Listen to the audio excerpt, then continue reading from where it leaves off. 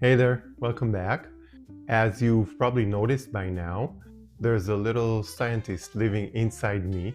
Maybe it's because I've been an engineer for over 25 years now, or maybe it's just because I connect with more content that has logic in it. Either way, it really aligns with our teachings. In this lecture, we're going to unlock one of the most important principles that help us understand how the universe around us works, not just from a physical level, but also from a mental and emotional level. Remember, everything around us, including ourselves, is constantly sending out signals. We're picking up these signals from others all the time. Even if they're not actively trying to communicate with us, we're interpreting them consciously or not. So the main statement, or law if you wish, in this section is that the entire reality around us, physical and internal, is totally governed by one simple rule, the rule of action and reaction. Let me explain. Just like in the physical world, our inner world, our thoughts, our emotions and behaviors are run by cause and effect. You can think back on Newton's third law, and if science is not your thing, don't worry, I'm almost not judging. But put jokes aside, for every action, there's an equal and opposite reaction. If you push against a wall, the wall is going to push back with exactly the same force in the opposite direction. When you sit on a chair, the force of your body weight is matched equally by the chair pushing back on you. That's why you don't crash to the floor or drift into space every time you sit down. If you still don't believe me, feel free to fact check me. Newton's got a whole profile over the openai.com website. You can check it out. The important thing here is that this principle, it applies to our internal world as well. Every thought you have, every word you speak, every action you take creates a ripple and energetic response. It might be visible or it might be completely hidden from you.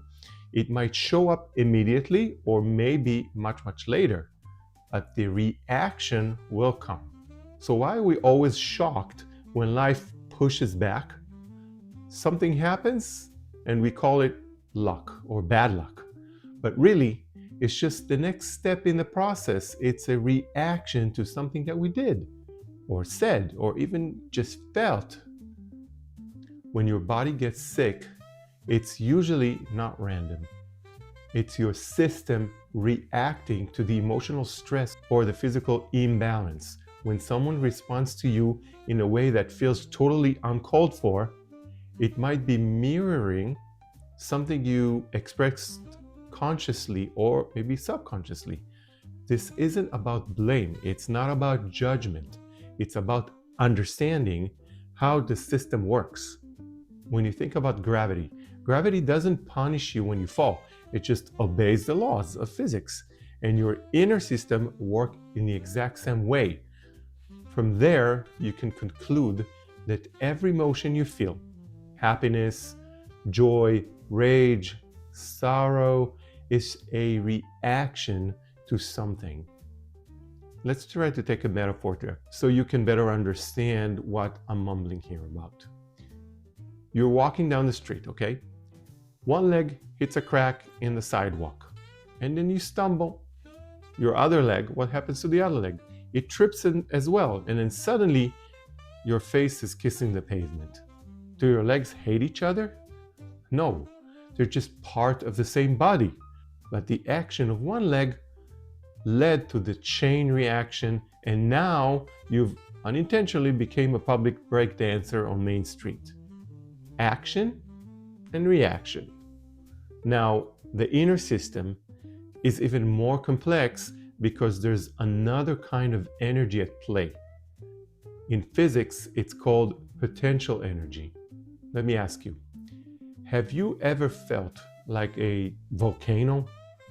I know I have. That slow, intense pressure building under the surface.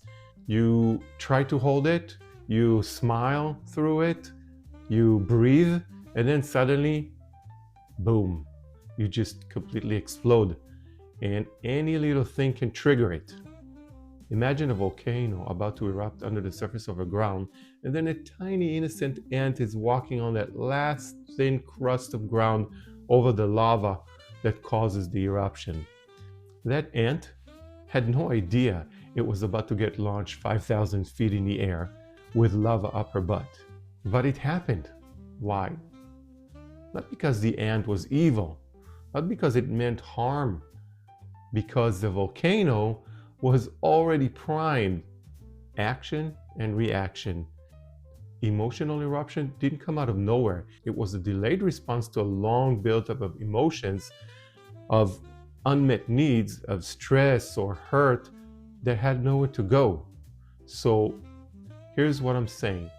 Underneath all these stories, the emotions and thoughts that burst out of you, whether gently or explosively, are reactions to things that happened to you or around you. Maybe yesterday, maybe it happened 10 years ago, maybe it's a mix of both, I don't know. So what are the good news then? If we can identify the sources, those original actions, we can interrupt the pattern. We can stop the chain reaction. We can channel the pressure somewhere else. We can let the poor ant go home safely to its little ant family instead of getting caught in a crazy explosion. So here's your mission. Pick one emotional outburst or strong feeling you had recently, or maybe not recently, and ask yourself, what was the action that caused my reaction?